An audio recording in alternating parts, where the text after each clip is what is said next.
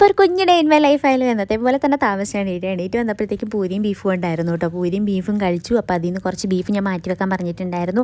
അതെനിക്ക് ഇഷ്ടപ്പെട്ടൊരു സാധനം ഉണ്ടാക്കാൻ വേണ്ടിയിട്ടാണ് കേട്ടോ. എല്ലാവരും തന്നെ ഉണ്ടാക്കി കഴിച്ചിട്ടുണ്ടാവും. അപ്പോൾ ബീഫിന് വേണ്ട മസാലകൾ, അതായത് മുളക് പൊടി, മഞ്ഞൾപ്പൊടി, മല്ലിപ്പൊടി, ഉപ്പൊക്കെ ചേർത്തിട്ട് ഞാൻ എന്താ ബീഫ് വേവിക്കാൻ വെക്കുന്നുണ്ട് കേട്ടോ. അത് വേവിച്ച് വെന്ത് കഴിഞ്ഞ് കഴിയുമ്പോഴത്തേക്കും ഇതേപോലെ ഒന്ന് അടിച്ചെടുക്കുന്നുണ്ട്. ഇപ്പോൾ എല്ലാവർക്കും മനസ്സിലായിട്ടുണ്ട് എന്താ സംഭവം എന്നുള്ളത്.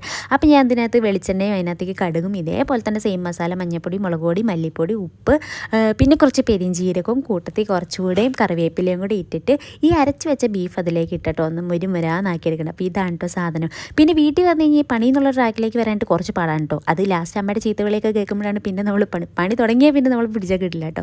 അപ്പോൾ പണികളൊക്കെ കഴിഞ്ഞിട്ട് ഇതാ പോകാനായിട്ട് ഒരുങ്ങിയിട്ട് പുറത്ത് പോകാനുണ്ടായിരുന്നു. അപ്പോൾ ഞാനും അമ്മയും കൂടി കൂടിയാണ് കേട്ടോ പുറത്തേക്ക് പോകുന്നത്. അപ്പോൾ പുറത്ത് പോകുന്ന ഹോസ്പിറ്റലിൽ പോകാൻ വേണ്ടിയിട്ടായിരുന്നു.